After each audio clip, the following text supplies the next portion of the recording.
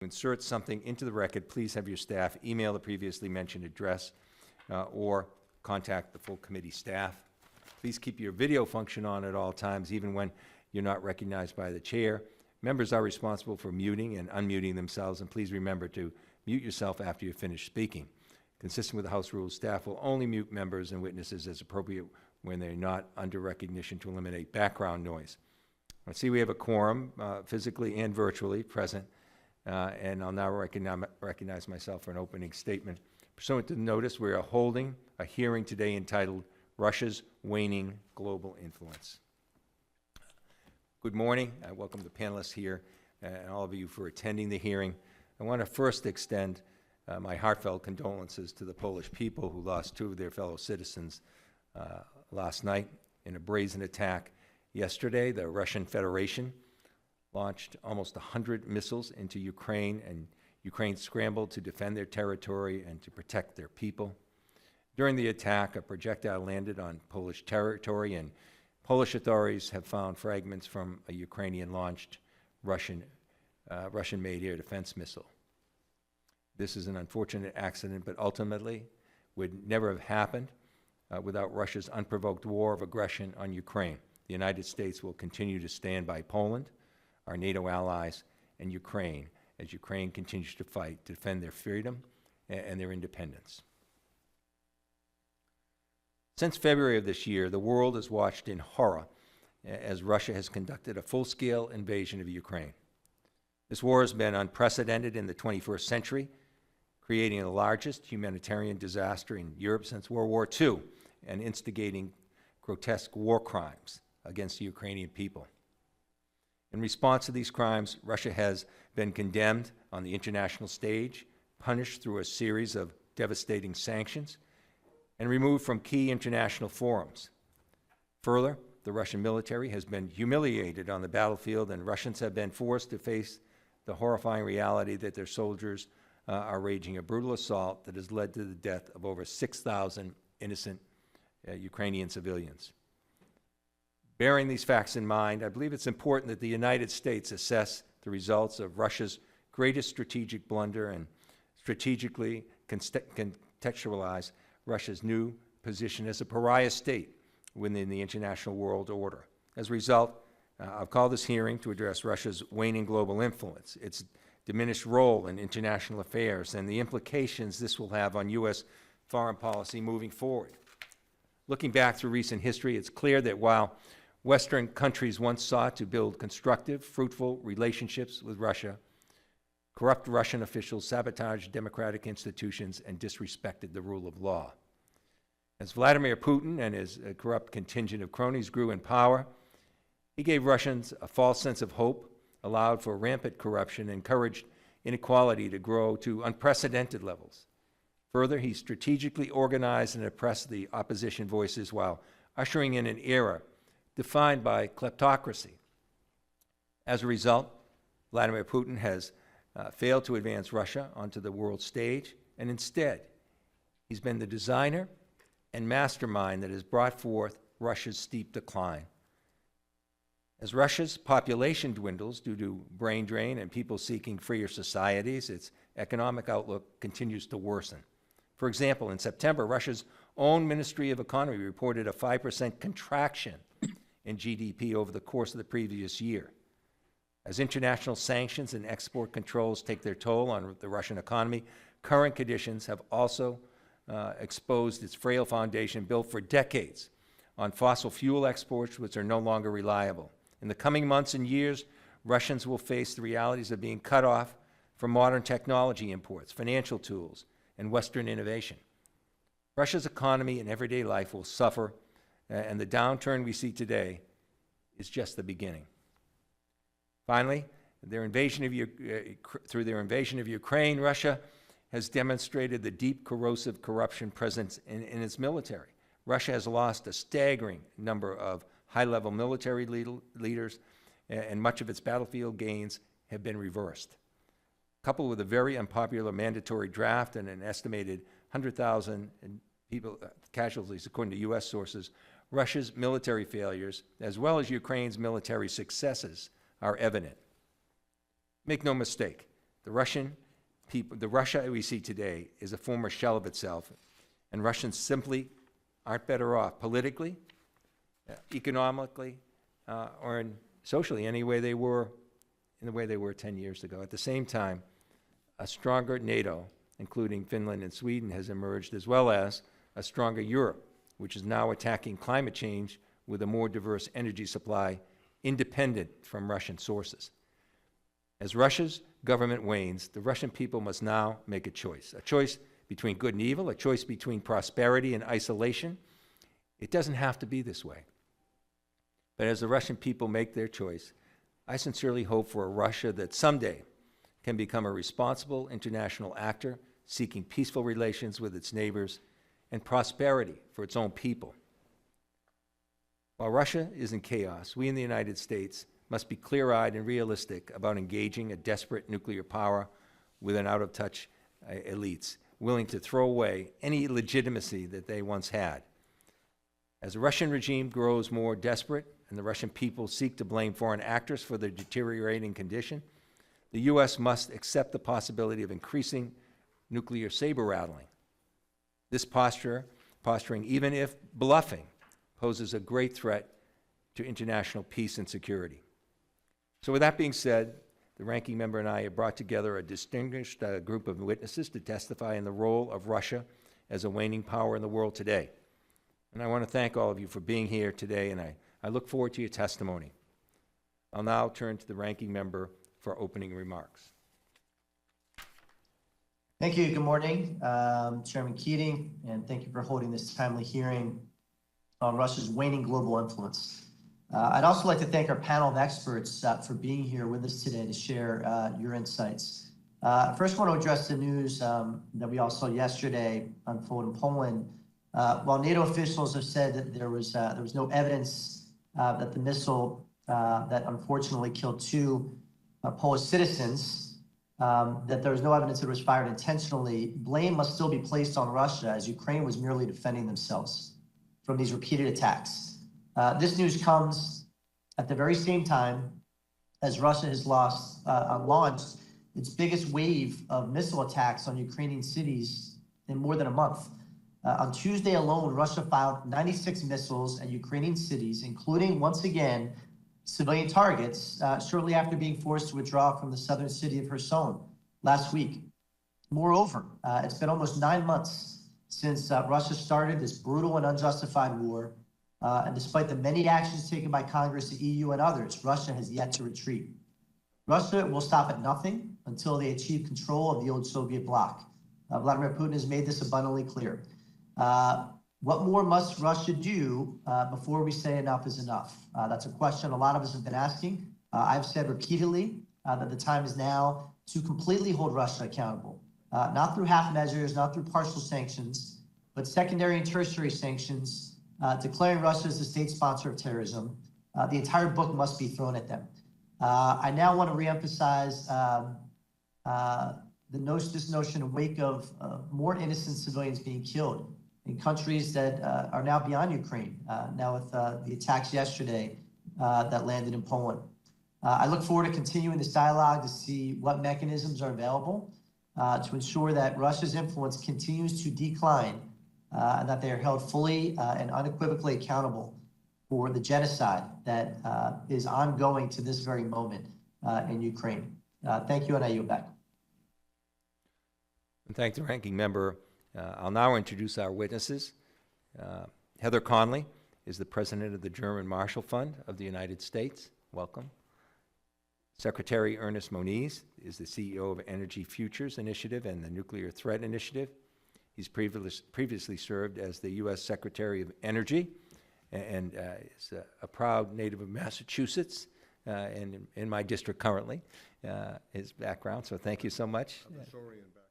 Of Azorian background as well. This is, have we had any more extensions to that? No, I think that's enough. Daleep Singh is the Chief Global Economist at PGIM, Fixed Income, and former Deputy National Security Advisor for International Economics. Jim Townsend is a Senior Fellow at the Center for New American Progress, and the former Deputy Assistant Secretary of Defense for European and NATO Policy. Rebecca Heinrichs is a senior fellow at the Hudson Institute. It's an extraordinary collection of witnesses for this important hearing, and to give from different perspectives some depth in terms of what we're looking at. We can't cover everything today, but certainly we're well represented in so many different sectors, and I think it's important to recognize that, because this will be what's happening in Russia's decline isn't one sector alone. It's in many sectors. So thank you for making your schedules available to us, and I appreciate it. I'll now recognize each witness for 5 minutes without objection. Your prepared written statements will be made part of the record. Ms. Conley, you are now recognized for your opening statement. Thank you, Chair Keating, Ranking Member Fitzpatrick, for holding this timely and important hearing to assess the strength of Russia's global influence post-February 24th, particularly against the backdrop of yesterday, the largest missile attack against Ukraine since the beginning of the full-scale invasion. Your question reminded me of the question that the State Department posed to the U.S. Embassy in Moscow in 1946 regarding the sources of Soviet conduct. And as George Kennan did in his long telegram, we need to assess Russia's global influence on two levels, the official and the unofficial. The official influence, which strengthens the prestige of Russia, is, of course, Russia's nuclear arsenal, its military prowess, its energy and critical mineral wealth, and its position on the UN Security Council. And I know my colleagues on the panel will focus their analysis on the changing dimension of Russia's official influence, and I'm happy to weigh in during the question and answer. But I'm going to focus my remarks on Russia's unofficial influence, or as I call it, the Kremlin playbook, which is by nature negative and destructive and opposes and complicates the West's foreign and security policy objectives. So there are 5 primary categories of malign activities where Russia has achieved some considerable success: disinformation and misinformation, malign economic influence to achieve state and elite capture, the use of private military contractors such as the Wagner Group, cyber attacks and implantation of malware and criminal ransomware, and the weaponization of history, the church, faith, and traditional values. So I'm just going to focus my remarks on disinformation and political and elite capture, and I look forward to your questions. So in the post-February 24th environment, the Kremlin's malign playbook has been highly adaptive, with disinformation as the perfect example. The US and the European Union banned RT and Sputnik, and it reduced its numbers of interactions on Facebook. And Russian state media engagements and interactions declined in the United States and Europe, but they simply intensified across the global south. So, for example, RT on Espanol is the most engaged account on Twitter. The French government banned RT France and Sputnik France, but it has now been repurposed as Sputnik Afrique.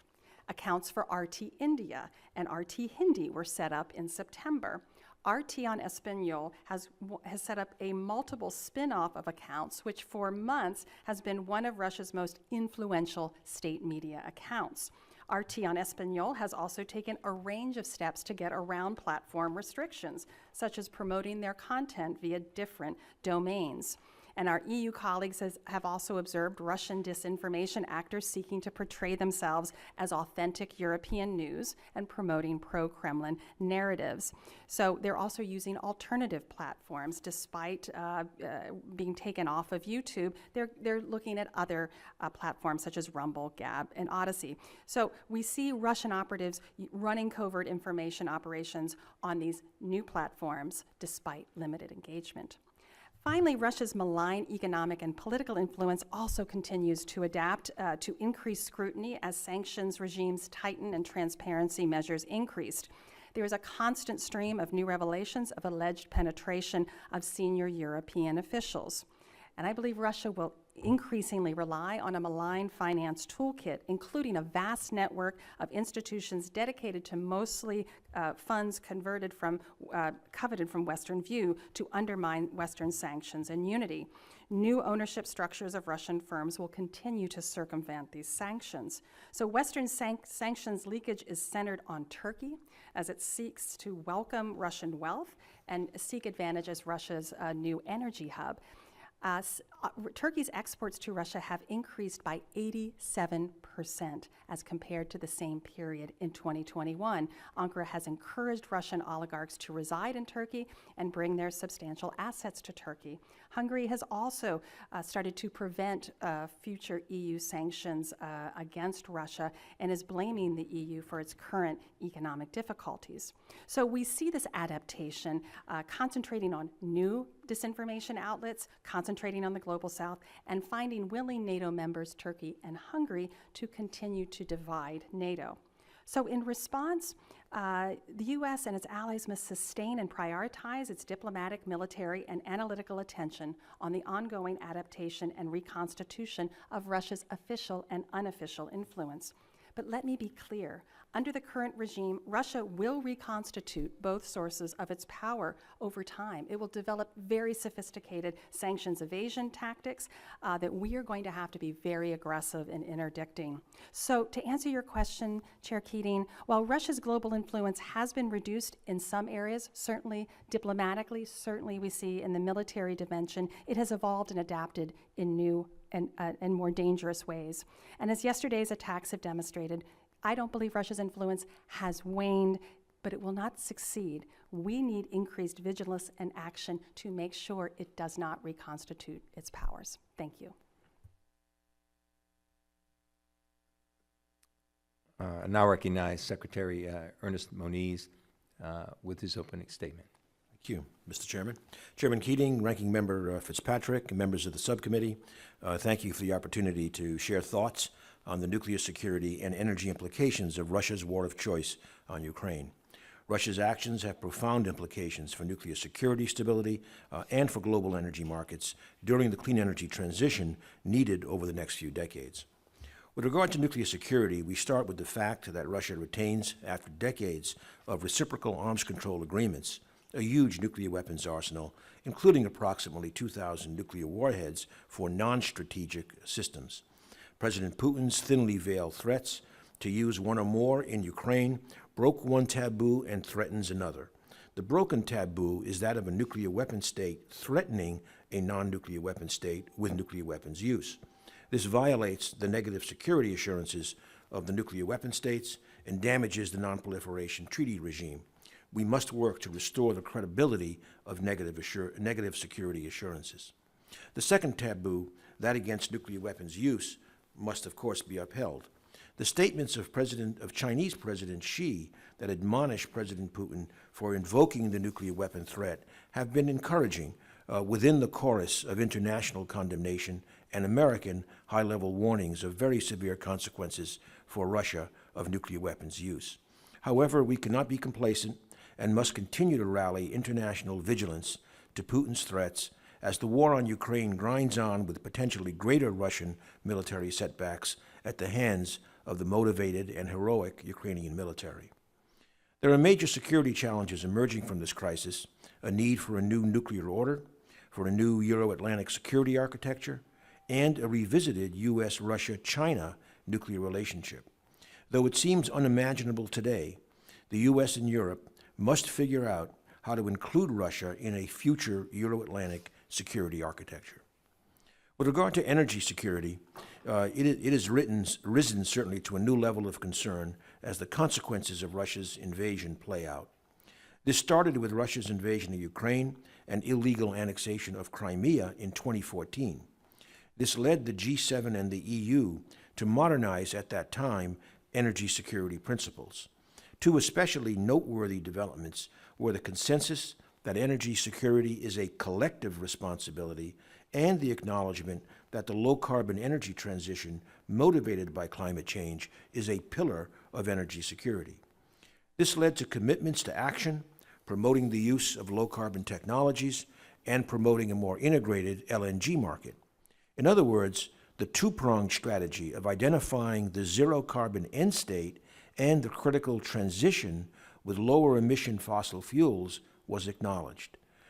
Climate change and energy security and geopolitics were wrapped up into one conversation, not a set of siloed discussions, and this is a very important development. The Ukraine crisis has provided urgency. For the first time, U.S. LNG exports to Europe have surpassed Russia's pipeline exports to Europe. But major European and global reset of the natural gas market, along with coordinated infrastructure development, understandably remains a work in progress. Increased U.S. production and LNG exports are a key piece of the puzzle and of our collective responsibility. There are also significant issues with respect to oil and oil product markets. In particular, oil price volatility, an issue with considerable impact on American and other consumers, is a front and center issue.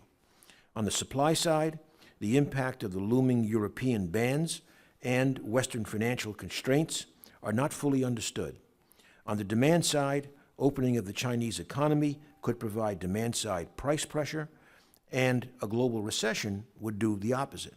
So it's very uncertain, but we will need to be skillful and responsive, together with allies and friends, to dodge continuing negative consumer impacts. I will conclude with a focus on nuclear power, which provides carbon-free firm power, and where Russia has a significant global footprint. Russia has behaved recklessly in regard to the operating Zaporizhia and closed Chernobyl power plants. This has already diminished their standing as a reliable supplier of uranium, enrichment, fuel, and reactors. This diminished status is likely to persist, especially if the U.S. and its allies and friends step up to the challenge. The Congress and the administration have taken positive steps with regard to both existing plants and new technologies, but much more needs to be done if we are to restore our profile in the nuclear supply chain and simultaneously address our national security needs with regards to a reliable nuclear deterrent and naval propulsion. The key part of the supply chain that needs to be addressed is American uranium enrichment capacity, including American origin technology that can meet our national security needs. Now is the time to grasp the opportunity for renewed global fuel cycle leadership with its commensurate benefits for advancing our non-proliferation objectives. Congress and the administration are moving out nicely, but the distance left to go should not be underestimated. This, as well as other issues raised in my remarks, are expanded upon in my written testimony, and I look forward to the committee's questions and comments. Thank you. Thank you. The chair now recognizes Daleep Singh for your opening statement. Thank you, Chair Keating, Ranking Member Fitzpatrick, members of the committee. I'll make 3 points on sanctions, their goals, the impact delivered, and lessons learned. First, on goals. We should think of sanctions as economic tools in service of a geopolitical objective. Before February 24, that purpose was simple: to deter Russia from invading Ukraine. How? By signaling our readiness to impose the most severe sanctions ever deployed. Of course, the rest is history. Once the invasion began, the purpose of sanctions evolved alongside 3 dimensions. In the short term, maximize the cost on Putin for continuing the war. Medium term, degrade Putin's ability to exert influence and project power. This is what we mean by strategic failure. Long term, generate a negative demonstration for any autocrat that might consider redrawing borders by force. In pursuing these objectives, we unleashed the full arsenal of sanctions we warned Putin about, itself the product of intense collaboration over months with counterparts from the EU, the G7, and beyond. Our shared mindset: attack pressure points, where our collective strengths intersect with Russia's vulnerabilities. 5 channels stood out. Channel 1 was what's known as a capital account shock. Together with 30 countries, we denied foreign capital to and blocked any transactions with the largest Russian banks, 80% of the total sector. To Putin's surprise, we then immobilized about $300 billion worth of his central bank's foreign currency reserves, disarming the financial fortress he'd built for a crisis precisely like this one. Channel 2 was the denial of cutting-edge technology Putin needs to sustain the invasion of Ukraine. Leading-edge semiconductors, AI, quantum, robotics, biotech, these are the foundational technologies that define the frontier of every modern economy and military. Denying these inputs meant we could degrade Putin's war machine in Ukraine and anywhere else for generations. Channel 3 was the removal of the benefits that Russia once enjoyed as a full participant in the global economic order. Its ability to receive a bailout from the IMF, its most favored nation trading status, its reputation as an investment-grade borrower. Channel 4 was the downgrading of Russia's status as a dominant energy supplier. And Channel 5 was our launch of a global campaign to expose and hold to account the Russian kleptocracy by seizing their yachts, fancy cars, luxury apartments, private jets. The Russian people have been getting ripped off by Putin and his cronies for a long time, and they deserve to see it for themselves. In terms of the impact so far, I can summarize by saying sanctions are doing their job. Russia's economy is projected to shrink by about 8 percentage points this year and next, by far the deepest recession in any country in the world over this period. And for years to come, Russia's economic prospects are bleak and depressing. As expected, the sanctions generated financial shock and awe, causing the ruble to crash to its weakest level on record. The ruble's free fall spiked inflation and then interest rates to multi-decade highs, leaving a lasting dent on Russia's growth. So did the exit of more than 1,000 multinational companies. So did the flight of more than 500,000 of Russia's best and brightest talent. Turning from the macro impact to the micro, we know that Russia's imports have fallen by roughly 2/3 since the invasion due to our export controls. The crippling effect of these controls on Russia's military-industrial complex are both profound and underappreciated. I've given you a sampling of these impacts on precision-guided missiles, tank production, avionics, and so forth in my written testimony.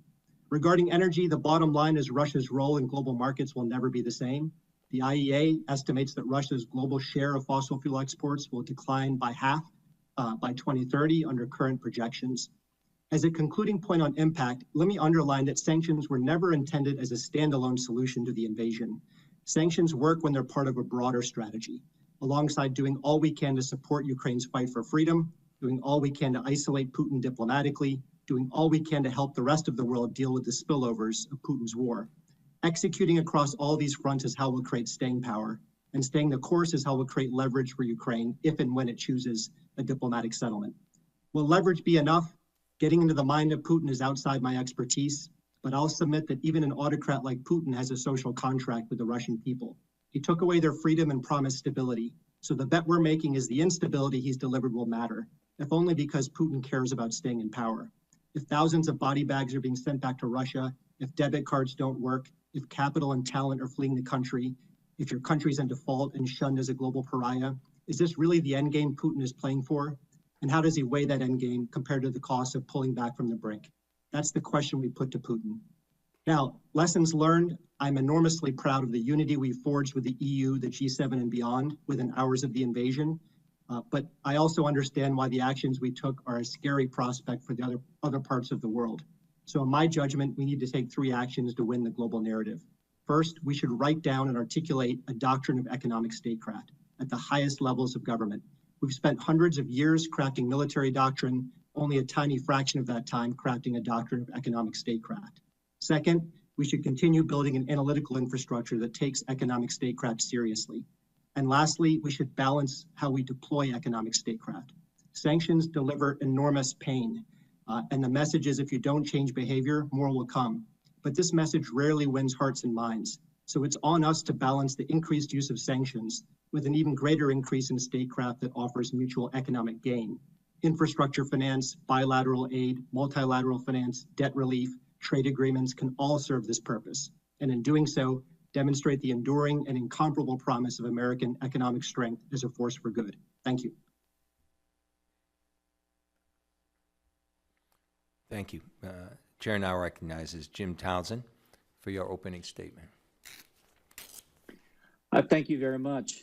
Chair Keating, Ranking Member Fitzpatrick, members of the subcommittee, it is an honor to appear before you today to discuss changes in Russia's military, economy, and energy sectors following its war in Ukraine, how the U.S. has imposed costs on Russia for the invasion, and how the U.S. should address Russia's diminished global standing following the invasion.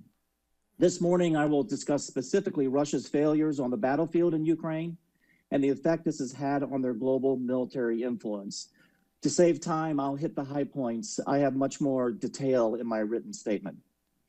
Ever since Russian President Putin began his military reform effort after the poor showing of his army in the 2008 invasion of Georgia, expectations in the West were that the Russian army had finally fixed some of its problems, including command and control, secure communications, and obsolete military equipment.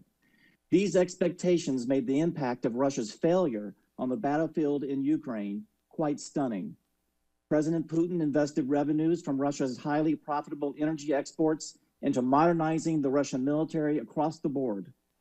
Russian propaganda videos began to feature annual large-scale exercises showing off improved armor and aircraft, new strategic nuclear missiles, submarines, hypersonic missiles, cruise missiles, and the T-14 Armata next-generation main battle tank were showcased as examples of the new Russian military.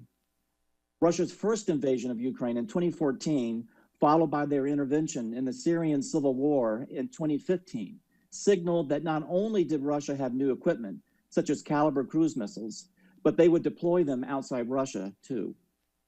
This was the Russian military force that the West saw moving towards Ukraine over the months leading to the February invasion. Train car after train car from all over Russia, loaded with every manner of armored vehicles, rocket systems, ammunition, artillery, and other military equipment that, on a smaller scale, was reminiscent of the Red Army of the Cold War. On the eve of the invasion, the image the Russian military presented to the world was one of a massive war machine. Most experts, including those in the intelligence community, predicted the Ukraine government of President Zelensky would fall within weeks, especially given the appearance that the Ukraine military was not equipped to defeat such a force.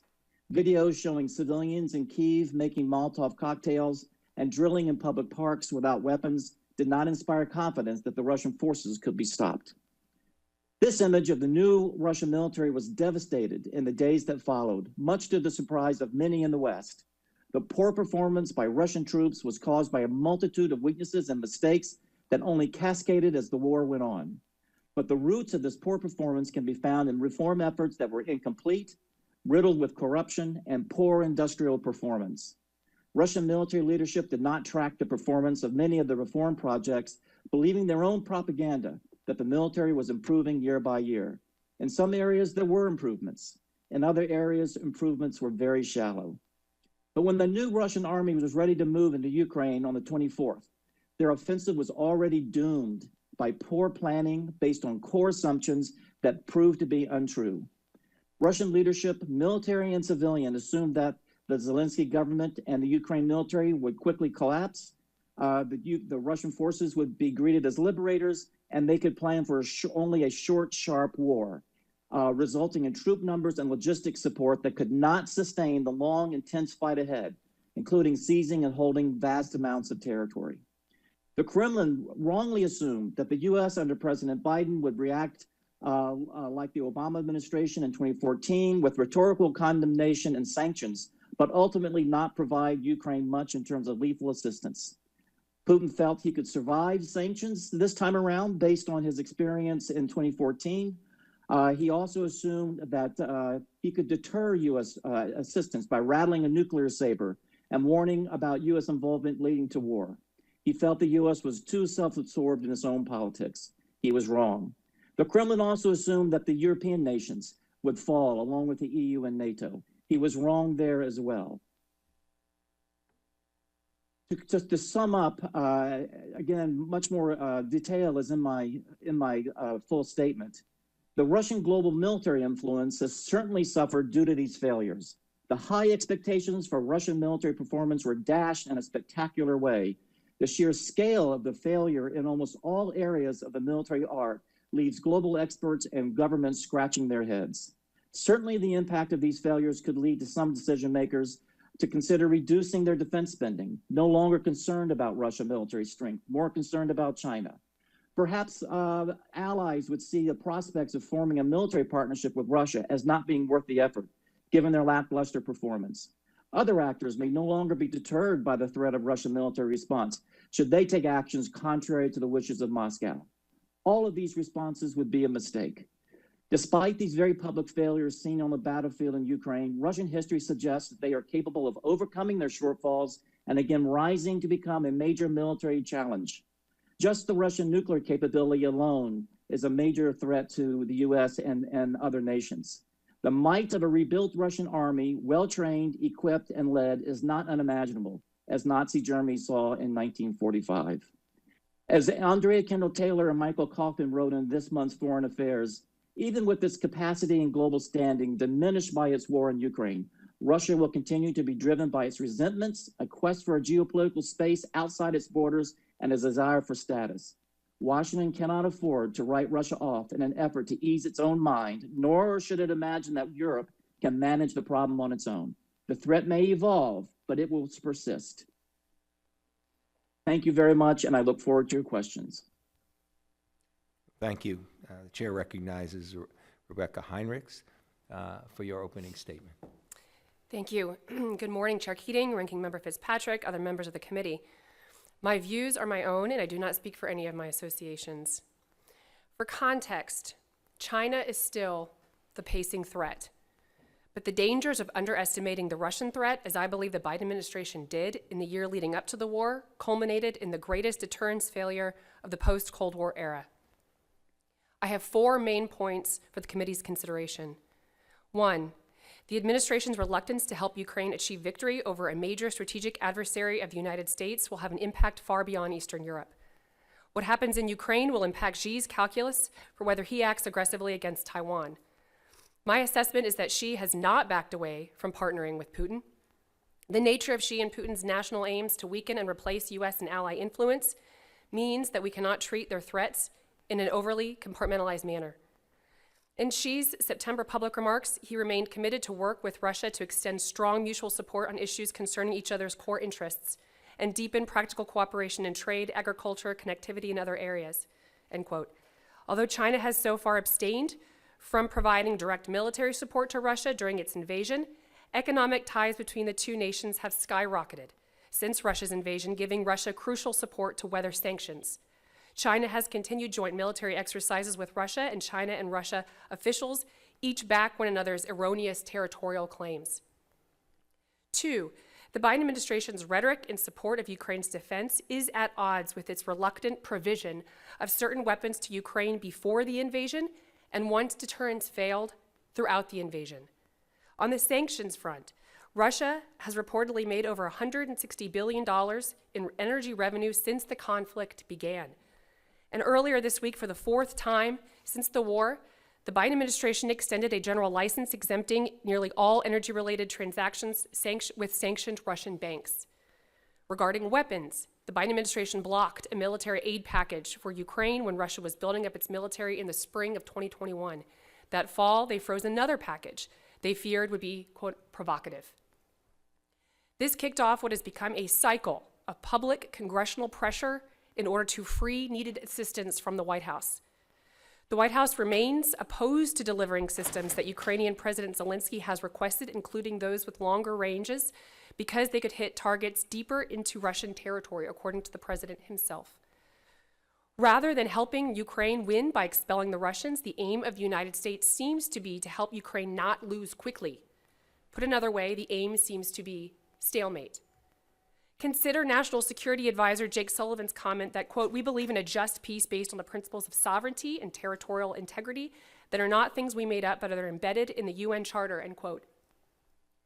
A just peace will not be achieved through a premature ceasefire, which would permit Russia to cement their gains and finish mobilization before reattacking. Neither will a just peace be achieved by a protracted war of attrition. 3, despite, and my corollary to that second point is that the administration's officials' public emphasis repeatedly on Russian nuclear saber rattling and pointing to that as reasons for precluding U.S. actions has taught as an important lesson that there is great value in nuclear saber rattling in wars of conquest, a lesson that she surely has not failed to learn. 3, despite assertions that NATO is united, Russia persists in pressing fractures between allies who perceive the threats of Russian imperialism to varying degrees. Presidents from Obama to Trump have urged allies to contribute more to their security and to the help with alliance security. In the case of Ukraine, ally nations, especially on NATO's Eastern Front, have done exactly that. And when allies do what we have been urging, we should make good on our commitments to them. This will be imperative in our efforts to further weaken Russia's influence and in our long contest with the PRC over global influence. In closing, Because of the threat China poses in its convergence with Russia, the United States should commit to Ukraine's defense and restoration of its national independence with a renewed sense of purpose and urgency. This means providing the Ukrainians with the weapons necessary and in the quantities necessary to expel Russia from its territories and hold the liberated territory. It also means bolstering NATO's Eastern Front. Doing so could help shape Xi's calculations regarding possible attempts to unite Taiwan by force, especially if the United States and Pacific allies learn from the failures to deter Russia and bolster military preparedness now to deter PRC aggression. Thank you for your time, and I look forward to answering your questions. Thank you very much. I'll now recognize myself for 5 minutes for questions. I'll begin with Ms. Conley, who made a statement about what amounts to whack-a-mole in terms of disinformation. We can pound one down and it pops up somewhere else. You didn't get into what's happening with the U.S. in terms of disinformation. And I'm concerned in our own disinformation vulnerabilities. And I look at Twitter and the recent discussion about whether or not to free up avenues of control of disinformation and the personnel cuts that dealt with that control itself. What do you see about our own vulnerabilities here in terms of Russian disinformation, and how can we counter that? Thank you, Chair Keating. What we've witnessed actually both in the 2020 and the most recent election actually has been a drop in a focus on the U.S. Elections. We think in part because that has been their focus on Ukraine, the global south. But what we are watching, and my colleagues at GMF and our Hamilton 2.0 dashboard, what they've been noticing is previously Russian disinformation would try to go on both sides of an argument to amplify and to have that the societal clashes. What we see with their new selection and going into new platforms is they're actually very focused on one side, particularly in the far-right media space, really adding additional furor and amplification. And that's why going to those more limited platforms, but that's where really the more virulent of that information's coming from. So I can't necessarily explain to you why we're seeing that we saw that limited decrease in both Europe and the US, but what we saw, as I mentioned in my written statement, is it transitioned to, again, Spanish language. That was really pumped into, so communities that may have not had that are now experiencing that. Could some of that also be explained by a better, awareness of disinformation itself? And now is that at stake when you look at Twitter and what they're talking about going in the other direction? So this is where absolutely what we notice is we need to now be vigilant, as in the whack-a-mole, as you rightly said. So they're disguising themselves, and if the safety and monitoring teams are disabled, these platforms cannot catch it. And so we want to work more with the platforms to make sure they put that rigorous safety in there. Secretary Moniz, we saw yesterday what happens. War is messy, and mistakes happen, accidents happen. And my concern remains, one of my primary concerns remains what's happening with the nuclear facilities within Ukraine as Russian targets a lot of the areas around that. In fact, the southern nuclear facility, I think they were less than 2 football fields away with some of their targeting and bombing. And I met earlier this year with IAEA and its director, Rafael Grossi, and the concern he had about that. Given your background, how do you assess this, what I think is a growing concern? Yes, Mr. Chairman, I would agree with you. The Zaporizhia plant, which is the largest largest nuclear plant in Europe, is literally on the front lines of the fighting. It's on the banks of the Dnieper reservoir, basically. Also, less noticed, I might add, in terms of the risk, is that it is also very close to the northern limit of Russian control. So it's close to another front on the east bank of the Dnieper. So Grossi First of all, I think the IAEA is doing a remarkable job. They have 4 inspectors there right now in harm's way at the plant. The plant has had its external power cut off multiple times, including, again, quite recently. To date, we have been fortunate that all of the diesel generators have kicked in when needed, but that is not something that we want to keep testing. What is the risk, I mean, in So terms of lives lost? Yeah, and- so the risk is that even if the reactors are shut down in terms of producing electricity, the reality is it is a long-term risk of, frankly, a Chernobyl-type event, not as bad as Chernobyl for various reasons, but that kind of event if power is not continued, because the cooling must be active at all times. So Grossi has proposed a kind of a protection zone in which both sides would agree nobody shoots in and nobody shoots out, but that is not yet cast in an agreement between Ukraine and Russia.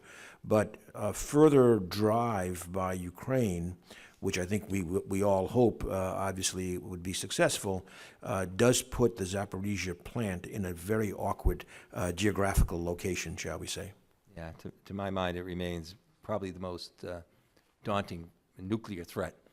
Correct, That's right. available. And it's all about the Russian attacks, again, repeated attacks just yesterday on Ukrainian infrastructure, raise again this issue of if you can't supply external power, we are relying on the operation of a set of diesel generators. Generators, wow. Thank you. Chair recognizes Representative Dan Muser for 5 minutes. Well, thank you very much, Chairman. Appreciate it. Thanks to our witnesses as well. So we have some pretty big issues here, wide-ranging. We could probably be here all day. Appreciate very much your initial comments. So, Ms. Heinrich, you started talking about the slow approach that took place, the build-up on our part. We all kind of sensed that and felt that and had meetings on it, and not being provocative. Comment on that just for briefly, if you would. Thank you, Congressman. Leading up to the invasion of Ukraine, the Ukrainians were consistently asking for aid, understanding what was about to happen, looking at the mobilization of the Russian forces. And there were Department of Defense aid packages provided, drawdown authority provided, that the administration was still hesitant to provide to the Ukrainians. And then repeatedly, due to public pressure, congressional pressure, bipartisan pressure, I might add, that aid was finally released. But it has come, sir, through fits and starts, and there's just been this cycle of this public pressure needed. And repeatedly, the administration has used the argument or the excuse, sir, that for this fear of it being provocative, being overly provocative to the Russians. So the current requirements are still not being met, and you're seeing a goal of almost a stalemate, as you mentioned. General Milley, who I do respect, had some interesting comments recently. What's your thoughts on that regarding this coming winter and how things perhaps are going to be, be some more discussions taking place for peace? Sir, I would just point. I would say, putting General Milley's comments, I'll let him speak for himself, but I believe that pressuring Ukrainians at this point for a ceasefire would be a serious mistake. I think that it would lead to the Russians being able to cement their gains and being able to finish their mobilization and then continue a reattack, sir. So, yeah, I appreciate that. So the amount of funding that we've sent, and just yesterday there was another $30-something billion from the White House. It's very high, right? North of $90 billion. How much has actually gone? We're really not sure. We really haven't seen much detail on it and accountability, which we must have before we can vote honestly for any more funding. Yet on the same note, the last thing we need to do is send a message to Putin that that we're hesitant and backing off, because I don't think we are on a bipartisan basis. So the funding that we've sent versus NATO, I don't know, maybe you can comment on that. Are they living up to their obligations? Or is the funding request enough? That level of funding certainly doesn't indicate a lack of support. So what are your thoughts there? I think it's important that people look specifically at the different NATO countries within the alliance. For instance, the Eastern European NATO members have been very forward-leaning in their willingness to provide aid. And in fact, Latvia and Lithuania were willing to provide the Stinger weapon systems before the administration was willing to send them.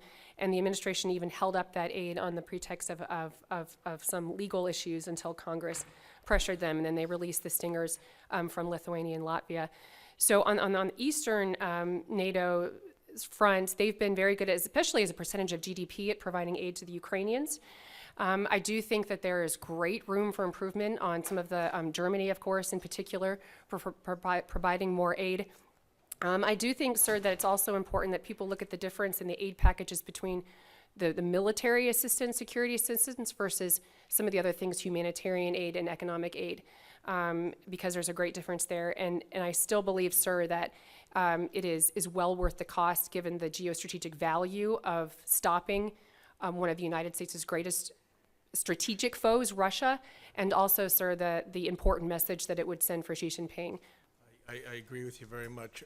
Secretary Moniz, what do you think the energy crisis is going to look like in Europe this winter? Well, we are very dependent on the weather, for one thing. The Germans in particular have done a remarkable job in filling their natural gas storage facilities, and that will certainly carry through some significant period of relatively benign weather. Frankly, if there is a serious, very cold winter, they will probably have to dial back on some of their commercial activities, for example, to get through with reasonable degrees of heating. Thank you, Mr. Chairman. I yield back. Okay, if I may, I would just like to add a few comments, not a coherent necessarily response, but on some of these military issues. I think that we're not getting a fully balanced view in terms of the supply of strong, when it was needed, the anti-tank weaponry, which of course was critical in the approach to Kyiv, the unsuccessful approach to Kyiv, precision artillery, clearly outpacing the Russians. The Russian predicted dominance of the skies has just not happened. That's not by accident. Russia and NATO have both been partially deterred because of the risks of a major conflagration. I think we need a balanced view on all of this and have, and by the way, we all know that there are voices, including many congressional voices, arguing for a decrease in support for Ukrainian military capabilities. I personally do not agree with that. I think that the bipartisan support for continuing aid is critical. Thank you, Mr. Chairman. Chair recognizes Mr. Cicilline for 5 minutes. Thank you, Chairman Keating, and thank you to our witnesses. Secretary Moniz, good to see you. You have noted in your testimony a myriad of ways in which the United States and Europe have worked together to try to weather this weaponization of energy in this conflict. And I'm wondering if you could just speak to how might the expected global price increases for energy during this coming winter kind of weaken the resolve of some states around the world, and how can we as the United States provide some leadership in an effort to mitigate the likelihood that that can happen so that the entire freedom-loving, democracy-loving world remains united during what will be a very difficult period? Yes. Thank you, Congressman, and good to see my neighbor. As I emphasized, I think the real issue is a volatility that we really, I think we would be flipping a coin if we were trying to predict where things are going to go. And in particular, there's many areas, but in particular, I would emphasize two. One is the natural gas situation is clearly a place of great volatility. I believe, let me make it very clear, I'm obviously very strongly supportive of the transition to, let's say, net zero in the mid-century kind of time frame, but I think we have not done enough to recognize that just talking about the end state does not obviate the need for the hard work of talking about how to get from here to there. And getting from here to there, it's become entirely clear that we are, Germany is, we all are strongly dependent on fossil fuels, oil and gas in this period. Gas is the one which is the hardest for the Europeans to reorder their markets. And this is where I believe it is critical that the United States continue to develop and export LNG. As I mentioned, it's remarkable that today we are providing more LNG to Germany than Russia is providing natural gas by pipeline to Germany. And we have a whole number of facilities under construction. They have been licensed by FERC and the Department of Energy. I think we need to do what we can to support the bringing online of those facilities. We are not going to make it to our low carbon goals without strong natural gas engagement. Thank you. And if I just may add one more comment, and that other comment is, we have a lot of work to do domestically in terms of developing the infrastructure that will allow all of that to happen. Thank you. Ms. Conley, you testified about some of the Russian productivity in this war effort, but in particular, I'm interested to know that how Russia's position in Ukraine and the obvious need to divert military assets from other theaters are impacting long-term cooperation with us on important issues like countering terrorism and extremist factions in the Middle East, just as one example. How should we be thinking about that? How should we be preparing for Russia maybe more disengaged in these vital strategic regions around the world, and what does it mean kind of long-term in terms of our own national security interests? Congressman, thank you. And I think that is really an opportunity for the United States and its allies, because Russia has had to throw so much of its conventional force capabilities, particularly land component, to Ukraine. It has had to pull forces out of Kyrgyzstan, Tajikistan, even off of the Chinese border. We see, lighter lift footprint in Armenia and Transnistria. This is a vacuum. How do we make sure that we provide the counterterrorism support in that opening? How do we take advantage of that opening and that withdrawal? We need to fill that vacuum, just as Russia and China filled a vacuum in parts of the world where we left the pitch. This is an opportunity for us to backfill with smart diplomacy, economic support that Mr. Singh was mentioning. We need to be present and active and fill their void and their vacuum in those spaces, and to think about that more clearly. But it's certainly something, it leaves them more vulnerable to attacks and terrorism activities in Central Asia, their soft underbelly. It certainly provides China with an advantage to continue to strengthen their cross-border economic relations with Russia. Thank you very much. I yield back, Mr. Chairman. Thank you. Chair recognizes Representative Wagner for 5 minutes. I thank you, Mr. Chairman, and I thank our witnesses for their time and their service here today to our country. Let me take a moment to express my just absolute outrage after Russia's brutal aerial assault yesterday. I mean, some 90 missiles on civilian targets, specifically across the Ukraine. I also offer my condolences to the people of Poland who lost their 2 of their citizens yesterday. I am heartened to see NATO countries join together to examine the tragedy and doing so with measured calm, I'll say. The Russian way of war is just deeply dangerous, relying on brinksmanship and outright terrorism to overcome serious military shortcomings is inherently risky, to say nothing of it has appalling human rights implications of attacking civilian centers far from the front lines. Time and again, the Russian regime has demonstrated just its complete moral depravity. This is fundamentally Putin's choice, and his alone. No country bears responsibility for Russian aggression and Russian war crimes but Russia herself. In the face of Ukrainian heroism, Russia is demoralized and desperate, but this war, sadly, is far from over. Our adversaries are watching our response to Russia's brutality. They had hoped to see a fractured, weak West, and instead they learned that the U.S. and our allies are more determined than ever to protect our way of life than ever before. We must stay united not only for our own safety, but that of our closest partners, including Israel and Taiwan, South Korea, Poland, and the Baltics. These countries are facing down to existential threats from extremely dangerous and erratic neighbors. Mr. Townsend. Is Mr. Townsend here? No? Yes. Is he online? Mr. Townsend, great, Nope. thank you. Yes. I am gravely concerned about Russian influence operations in the Western Balkans, particularly in Bosnia and Herzegovina, where Russia is working to empower secessionist groups, inflaming ethnic tensions and raising the risk of instability.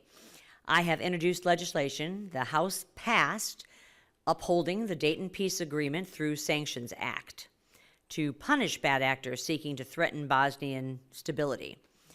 What, can you tell me, is the status of Russian influence in Bosnia and Herzegovina, and what steps can the United States take now to combat Moscow's influence operations in Bosnia and throughout the Balkans? Well, Russian influence continues unabated in the Balkans. In fact, I know there was a group from NATO that flew out to the Balkans to exactly ask those questions and came back worried about the state of affairs there, including Serbia and Kosovo, Bosnia. The problems there we have seen in the past, the volatility that region represents that can flare anytime means that we are having to keep KFOR forces there, EU forces there to try to keep the peace. And how long will we be required to have forces there? One of the things I think that we could do, and I'm so glad to hear about your legislation, is that we need to not take our eyes off the Balkans, whether it's the United States or many of the nations of Europe. We're not consistent in terms of our work in the Balkans to try to bring some stability there. The problems seem insurmountable. We have other issues with China and with what Russia is doing. And so we're stretched thin down there. And I think my major concern, and I'm sure your legislation will help, is that we double down on working with Europe particularly and with the UN down in that area to try to diffuse a lot of the problems. The license plate problem between Kosovo and Serbia. And some of the elections have brought in these nationalists who are eager for a fight. We've got to find some more creative solutions there, and I think our State Department needs to not forget that they are a major player down there, and trying to come up with some creative solutions to keep things at least on a low boil. I thank you, Mr. Townsend, Yeah. and I'm about to run out of time. And let me just say, I have a very large Bosnian community that were refugees that fled to the greater St. Louis region, and it's of utmost importance on their minds, on mine. We shed a lot of blood and resources with the Dayton Peace Agreement, and we must be consistent in making sure that we hold these bad actors accountable, these secessionists. The recent elections, I think, show that. So I've got other questions, but I've run out of time, so I yield back, and I thank you, Mr. Chair. Yeah. Thank you for bringing the issue of the Balkans to the highlight that it deserves, given everything else that's going on. Chair recognizes Representative and Vice Chair of the committee, Spanberger, for 5 minutes. Thank you very much, Mr. Chairman. So I have two questions, and hopefully I will get to both of them. One of them is related to what it takes for the Ukrainians to win this war. And I had a very interesting conversation with a member of the Ukrainian parliament yesterday who spoke about conversations she's had with people on the front. And the question was, how can a small army fighting with Soviet equipment beat a big army fighting with Soviet equipment. And we have frequently had conversations about what type of equipment to send and when. And I recognize that there are many concerns that we and our allies have related to the advanced technology that could fall into Russian hands. But we have kind of had these conversations along the way as we have made decisions related to the Stingers and the HIMARS that have proved very, very important and useful on the battlefield. It's my understanding that there's currently a request from the Ukrainians for Leopard tanks, the German-made tanks, that they exist throughout many of our European ally nations and are available, but that there appears to be some hesitation on the part of the Germans and also potentially within our own State Department about kind of green lighting or speaking with the Germans about how valuable provision of these types of tanks could be. So I would like some comments on this. Ms. Conley, if I could begin with you, your thoughts on where the benefit is or the kind of what could be some of the challenges, and if you could comment on that. Thank you so much, Congresswoman Spanberger. The definition of victory and winning, we need to enlarge that definition. It is, of course, giving Ukraine the capabilities to restore its territorial integrity and sovereignty. It's also giving it the means to economically recover. The victory will be incomplete unless we give a Marshall Plan for Ukraine to reconstruct that using Russian assets, I may hastily add. And the third part is exactly that. We have to give Ukraine the defensive capabilities to make it a porcupine that Russia cannot reinvade. We need to think about the modernization not only of the Ukrainian military, and it absolutely has to involve tanks. It has to involve, they are fighting for our freedom. We also have to, and Rebecca was absolutely right on this, thicken NATO's eastern flank. They have just wiped out their Soviet inventory of equipment. We have an opportunity of a lifetime to modernize our entire NATO eastern flank with highly interoperable equipment.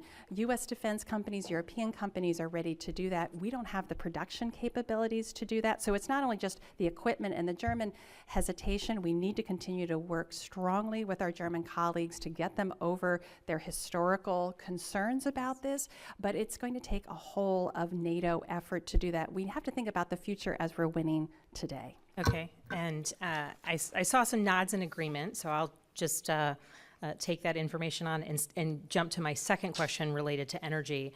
And Secretary Moniz, I'm going to point this question to you. We know that several countries, such as Germany, have recently closed or announced the shuttering of their nuclear power plants. And so I'm curious, and you've touched on a variety of different things. What can the United States government do through agencies like the Development Finance Corporation to support and accelerate nuclear projects, potentially renewable projects where appropriate, kind of advanced reactor technology, some of the newer nuclear technologies that exist, so that we can get on the front side of what is this kind of ongoing or kind of impending energy crisis? Thank you. I will focus my response on the nuclear side. I can discuss the renewables, but on the nuclear side, right now there are more issues. First, the bottom line is we have a long way to go to rebuild our presence in the nuclear supply chain. The Congress and the administration have taken positive steps. For example, supporting the deployment of 2 of the new design, so-called Generation 4 reactors. However, the Russian situation has left us with no fuel for those reactors. So the Congress is now moving, including in the IRA, with $700 million, which I hate to tell you is only a start towards establishing that capability in the United States. As we do that, we need to have a global view. Because, first of all, in the climate context and in energy security context, a lot of countries really want to build out some more nuclear capability, carbon-free, et cetera. They really are interested in our technology, but they won't be if we cannot provide the supply chain for the fuel and the like. However, we also will not be able to develop our industry without their order book. Because for the small modular reactors, in the end, to make sense, somebody's going to have a big enough order book to invest the capital in building a factory, in having a dedicated workforce, which has been the bane of building nuclear power plants in this country. That you have, building 2 reactors in rural Georgia, it's not easy to find 2,000 electricians. I was just having a for conversation example. about this with one of my constituents, and this is Okay, his job so- in Virginia. So this all comes together. It's a domestic market, it's a global market, it's getting the order book, getting the supply chain built. And I'll make one more comment, because there's much more we could say, but I'd be happy to follow up. And this is in my written testimony, and it's in a paper that we wrote at the Energy Futures Initiative in 2017. We are currently incapable of meeting, for the longer term, our national security requirements in the nuclear arena, because we have no American origin technology deployed for enriching the uranium we need to make tritium for the nuclear deterrent, or ultimately to make fuel for naval propulsion. So we need to take a holistic view of all of these needs if we are going to reassert our leading profile in the nuclear arena. Chair recognizes Representative Tenney for 5 minutes. I think it's on. There we go. Thank you, Mr. Chairman. Thank you to the ranking member. This question is for Ms. Heinrichs. I've been on a number of visits to overseas destinations, and at the end of every tour, you go in and see the dilapidated equipment and the needs for rebuilding. And there's often Russian equipment that we're using or our allies are using. What is the strategic benefit of the U.S. backfilling our allies or partners with these U.S. systems to replace sort of the Russian Soviet era stocks, and how can we do? Also, recently in a trip to Mongolia, there was a museum to old Russian equipment. How can we do this, and how would you recommend doing that? Because I think it's something that should be a good strategic issue for us. Thank you for your question, Congresswoman. I would answer it in 2 ways. One, I do think that this war presents, if there is a silver lining, is that this is a moment in which the United States should leverage modern technology to make sure that we are backfilling and placing, using modern technology to backfill, especially our Eastern, Central European allies who are providing so much weaponry into Ukraine, to use this opportunity to strengthen NATO's Eastern Front with modern technology. The second point that I would make is that you're exactly right that essentially what the United States has done is we've sent Soviet-era equipment into Ukraine to fight other Soviet-era equipment. And that has essentially been the strategy of the Biden administration. What I recommend actually is that we enable and empower Ukraine to fight Russia as though NATO would fight Russia, which is leveraging some of this modern technology, such as more advanced drones in the ATACMS systems as well, so that Ukraine can actually prevail over Russia and get to the end of this conflict. No, and I agree with you. This is an issue that goes all the way down into the Balkan region as well, who are concerned. They still have a lot of Russian equipment there. I just want to shift gears just a little bit from that to how do we, so back to this issue is, how is your assessment of this deepening strategic partnership between Iran and Russia, and undermining our interests, undermining our allies in the Middle East, Israel, our partners in the region? Can you just address that really briefly, if you could? Yes, ma'am. Not only is China and Russia and that convergence something that is real and present, but they're both leveraging rogue nations, North Korea and Iran. We've seen the Iranians provide drones to Russia for them to be able to fight the Ukrainians, which is why I think it's critically important that we not overly compartmentalize the different problems and threats, so that other avenues of this administration's pursuit, for instance, of the Iran nuclear deal, would be extremely ill-timed because of the flush of cash that it would provide the Iranians that they would then be able to use to fund the Russian war effort. Thank you. And Mr. Moniz, I just have a question. As we look at this situation, you pointed out nuclear power plants. My new district is going to have all 3 nuclear power plants in the state of New York that are left. And you talked about how are we going to deal with this situation where we have this need for a natural gas? We're having winter. We just got our big first snowfall up in upstate New York, which is very cold. Most of my district is on a lake, particularly a Great Lake with a lot of lake effect snow. How do we deal with some of the unrealistic climate goals that we have now while we're trying to get to? I mean, the goals that we have are unrealistic in terms of getting that delivery. What can we do to boost LNG deliveries to Europe and in ways that we're not as dependent on Russia and the Russian supplies, where so many countries from all Eastern Europe into the Balkans are dependent still on Russia? How would you get around that issue? Well, I think right now, in terms of LNG, we discussed earlier that first of all, energy security is a collective responsibility, and U.S. LNG is a very, very important part of the energy security picture right now. There's no question about it.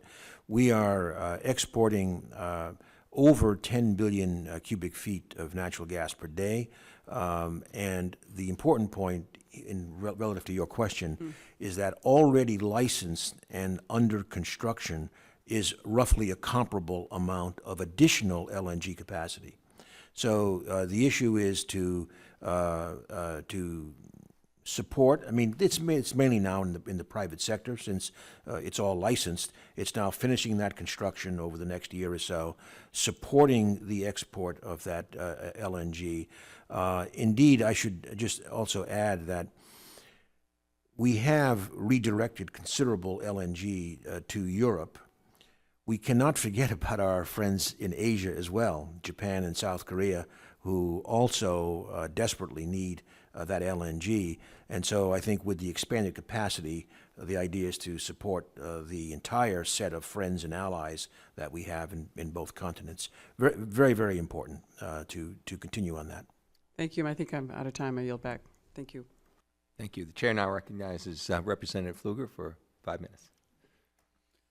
Thank you, Mr. Chair. I appreciate the opportunity here, and thank you for your testimony. I believe that a large part of this energy crisis is self-induced because of policy that we see around the world.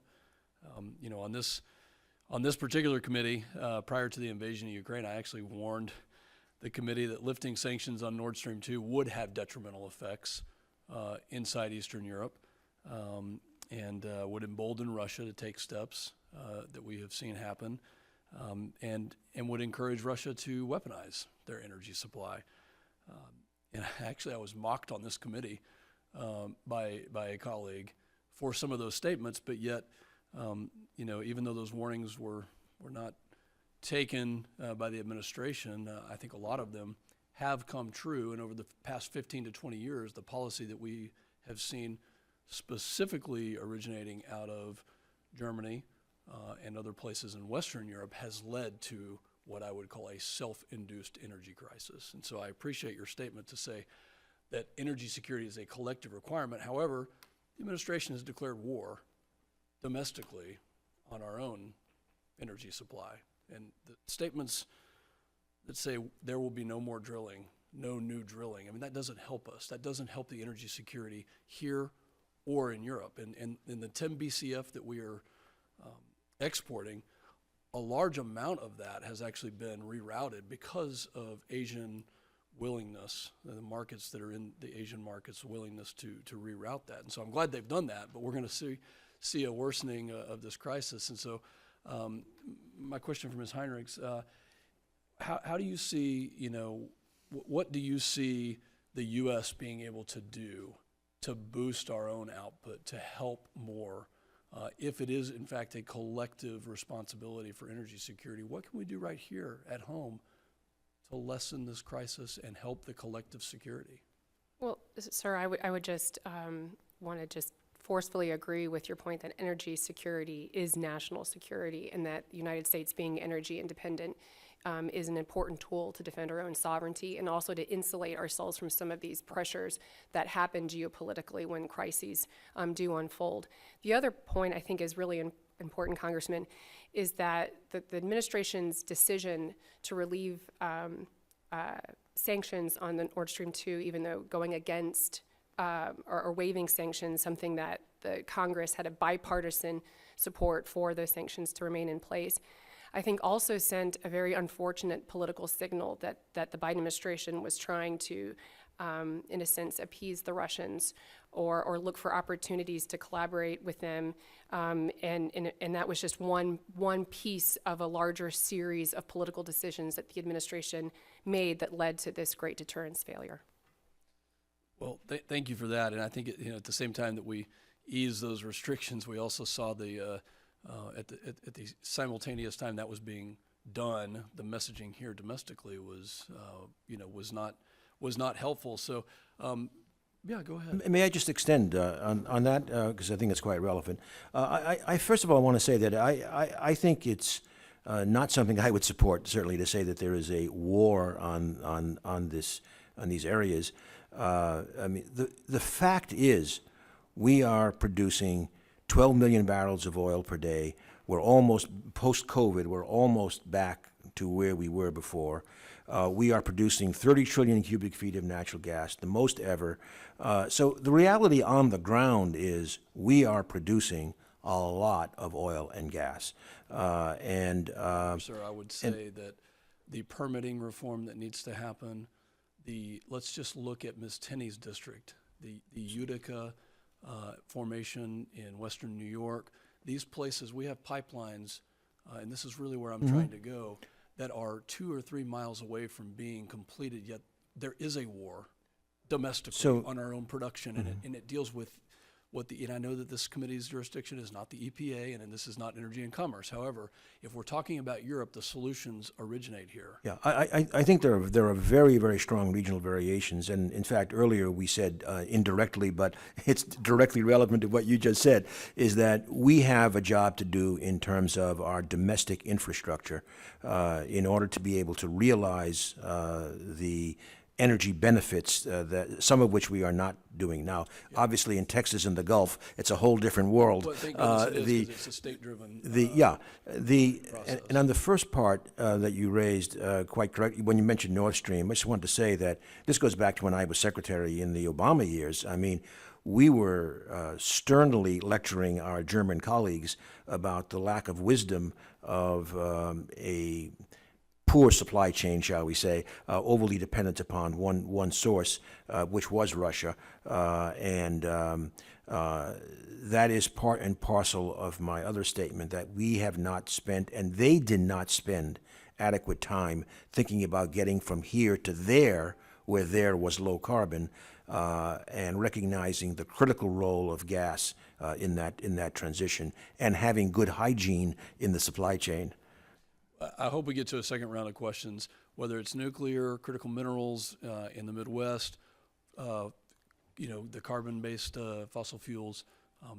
Permitting is so important, and it's going to be important to the European national security discussion every single day. And with that, Mr. Chairman, I'll yield back.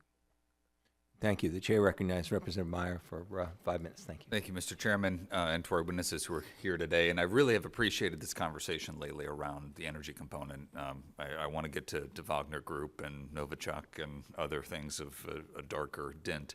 But it seems like there's really no substantive argument against the benefits of U.S. increasing our LNG exports and of Europe maintaining existing nuclear generation, electrical generation capacity. Is that fair, Mr. Secretary?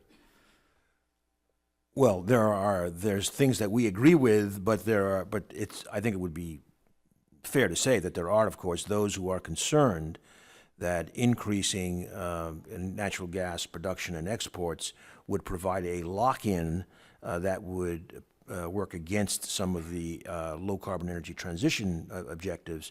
I would argue that we have a long transition to go. Gas is a critical, central part of that. Frankly, in this country, it's been the coal to gas conversion that has led to the majority of our own CO2 reductions. And in addition, I'm sorry to run on, but in addition, when you look at the developing world, clearly an energy transition there is going to have a very, very different timescale. And right now, it was not surprising, going back to Glasgow COP, when issues were talked about restricting investments in the natural gas infrastructure globally, the first to complain were presidents of African countries.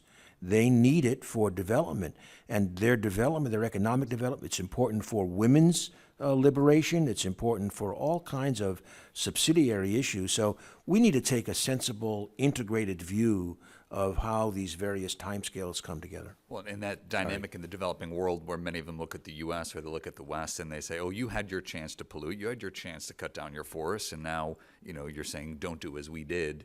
We're expecting to hold you to a higher standard and then inhibiting their development at the same time. But, I just say that because I have had plenty of conversations on both sides of the aisle, and it's very, energy incredibly complicated, as former energy secretary knows, but when it comes to just a few things that we should really just set aside as essentially given and understood, and we should not keep litigating on the LNG side of the house, because the alternative to LNG are coal production facilities that are getting rebuilt, reopened in Europe. And when those coal facilities are coming back online because, green elements, which, this is where I want to get into some of that Russian influence, because green elements in Europe are saying, shut down this nuclear plant because it's not environmentally friendly, and then you're having a coal facility come back online. It feels like something that Putin is benefiting from almost exclusively. And Ms. Conley, do you want to speak a little bit on just we've talked about, and in your testimony, the just broad Russian influence within Europe, and we saw, a recent case of the Parliament Assembly in Europe that had a likely element of kind of Russian, at least close proximity to intelligence services. Can you speak a little bit about specifically Russian co-option of senior European officials and of some of the movements, such as the Green Party movements in Europe, where their end goals, while rhetorically at odds with Russia, the actual reality that it produces could not have played more perfectly into Putin's playbook? Well, we've certainly, in our research series, the Kremlin Playbook, really studied where Russian malign economic influence focused, concentrated on strategic sectors. And of course, energy is one of its greatest leverages of power. So certainly I would say over a decade ago, as EU members were trying to seek that diversification, looking at shale, looking at other things, we did see patterns of Russian funding of climate NGOs that were springing up to fight that, or putting pressure on government leaders who were looking for that diversification. So absolutely, but again, they were trying to reduce any diversification to maintain that dependency. Clearly, Germany is paying an extraordinary price for its lack of diversification, and it will continue to pay that price. As I'm hopeful because of gas storage ability this winter, I am more concerned about next winter, because that capacity will not be there. So yes, there is absolutely Russian influence. We saw in one Länder in Germany where the premier had created a climate foundation, but it was really, as it's been discovered, it was really something that Gazprom was funding in order to support Nord Stream 2. So yes, there is Russian influence, but there's decisions that sovereigns have to make about their energy diversification. It is all of the above. And in fact, the EU in its own green posture is, there's difference about nuclear between France and Germany. Clearly, they have taken an all of the above strategy because they have to. We all have to take an all of the above strategy to get to this transition. So energy security, our economic future, incredibly important, and we have to work closely with Europe to make sure we can do that. Thanks, Mr. Chairman. Could I just add a footnote to? I was just going to yield back, but I'm happy to let the conversation continue, Mr. Chairman. Okay, thank you. Well, I just want to add a footnote to what Heather just said, and in total agreement that the next winter is looming very, very large. And part of that is going to be because as we get through this winter, our Asian customers are going to want to start getting more of that gas as well. And so this is a difficult balance next year. Thank you. Mr. Chairman, I yield back. Thank you.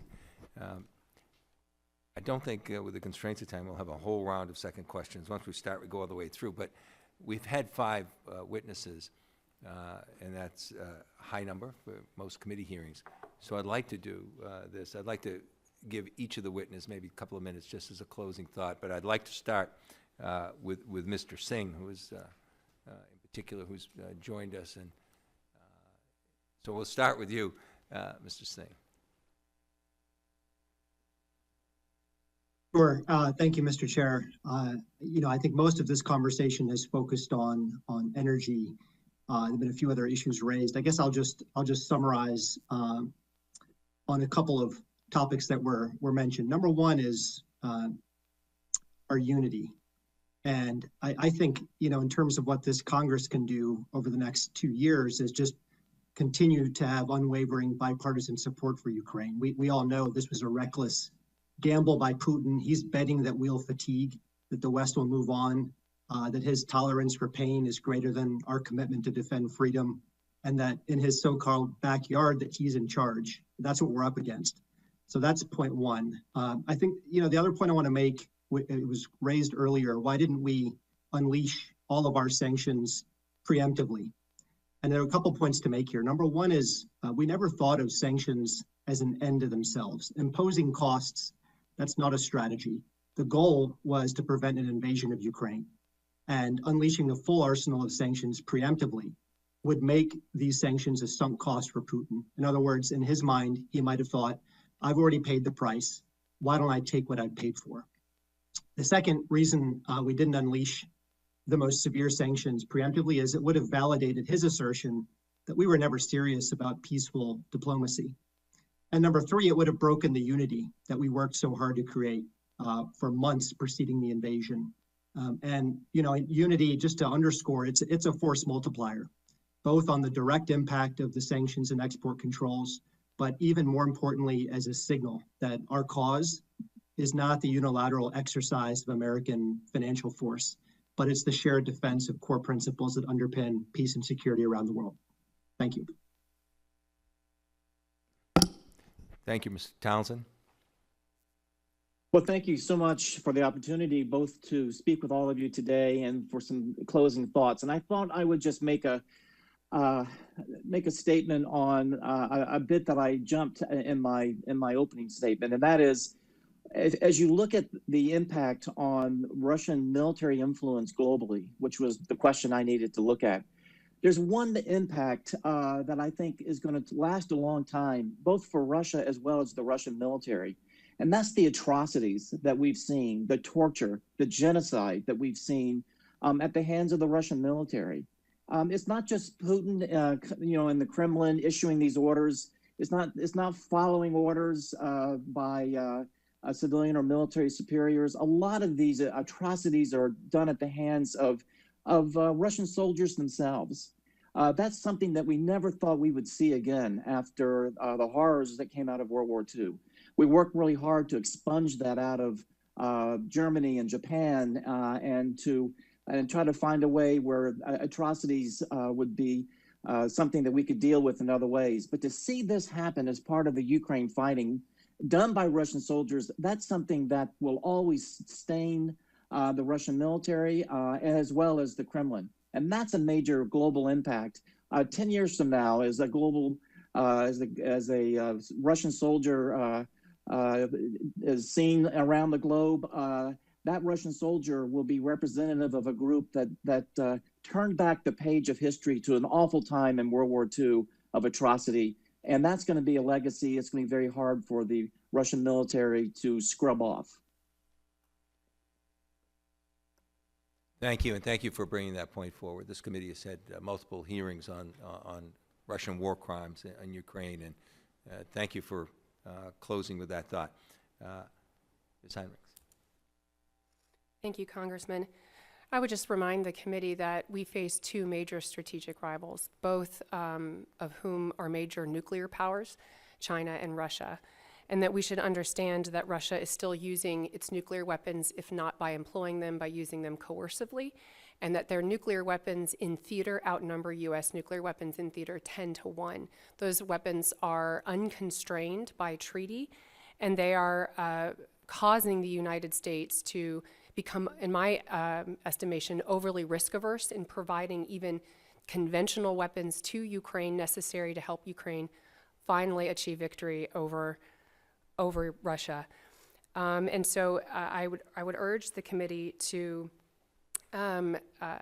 support Ukraine's continued efforts to defend its sovereign territory, including by supporting Zelensky's requests for more advanced weapons systems so that Ukraine can actually fight Russia the way NATO would fight Russia, using heavier drones, bigger drones like the MQ-1 Grey Eagle, the ATACMS. Those are necessary weapons to ultimately push Russia out of Ukraine's territory so that we can communicate not only to Russia that they will not prevail in this way and that they cannot use nuclear coercion for imperialistic aims, but that we also communicate to Xi Jinping that nuclear coercion will not work for the United States. It will not deter the United States from defending our key interests. Thank you for your time. Secretary Moniz. I would just re-summarize, first of all, that the Russian invasion of Ukraine has certainly upended lots and lots of geostrategic considerations that we need to reconsider. One, mentioned earlier, Putin has already crossed a red line in the sense of using nuclear weapons as a threat against a non-nuclear weapon state. This is going to require some re-examination, especially with the non-nuclear weapon states, as to how the non-proliferation regime functions. Secondly, we are going to have to rethink, quotes, the nuclear order. Part of that is, we just heard about China. China has plans to, over the next, let's say, decade, we believe, to become a near-peer competitor in the nuclear weapons domain. That makes traditional arms control approaches inoperable. We need to rethink how to do that. We need to rethink Euro-Atlantic security architectures I mentioned earlier. And as I said, I believe, like it or not, that will not make any sense in the longer term without finding a way for Russia at the table, as hard as that is to imagine at the moment. On the energy side, I think we should, understand that, look, Germany, we've said now many times, did not have very good supply chain hygiene with gas. On the other hand, on Russia's side, frankly, there's a strong, putting everything else aside, a strong logic for wanting to more and more be in that market. It's the logical market for Russia, for Russian gas.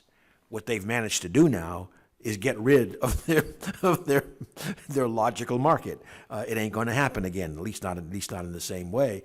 And it's going to take them a lot of time, post-Ukraine, a lot of time, a lot of money to rebuild an infrastructure to be part of the global natural gas market at the same level. My last comment on energy would be to say that we heard the words energy independence used earlier. The United States does not have now a net negative BTU count, but to say that we are independent of the global energy markets does not hold any water. We see that also right now in things like oil prices. We are completely integrated with the global oil price. And the gas market, by the way, is getting more and more liquid as well. I don't mean LNG liquid, I mean liquid in the economic sense, et cetera. And finally, I can't resist, since I did have a little engagement with Iran a few years back, and Iran was mentioned, the JCPOA. I'm not saying the JCPOA is coming back. I don't believe it is. However, we are in a much worse place without it, number one. And number two, I think the experiment was done about what additional oil revenues, another 1 million barrels, 1.5 million barrels a day for Iran would mean. And the evidence would suggest, in terms of, say, regional mischief, very little. So I think that we do need to think strategically how to re-examine this, but we should do it based on the facts and not on theories. Thank you. Thank you. Ms. Conley. Well, let me thank you, Chair Keating, for holding this hearing and for the spirit of bipartisanship, because we will only be successful if we have a strong, united bipartisan policy. I think the answer to the hearing's question about waning influence, I think what you heard is that, yes, Vladimir Putin has made several serious miscalculations, dramatically accelerating Russia's decline, whether that's from its energy, but its historic ability to adapt, to evolve, and to reconstitute. We cannot take any comfort in that. We have to remain very vigilant. And what I worry is that Russia will become the new innovator of sanctions evasions. It will learn from Iran. It will learn from North Korea. And we have to make sure we are extremely vigilant on that fact. And finally, and I think this is also the Sino-Russian alignment that we are talking about, we have to be extremely vigilant about China's increased support potentially for Russia.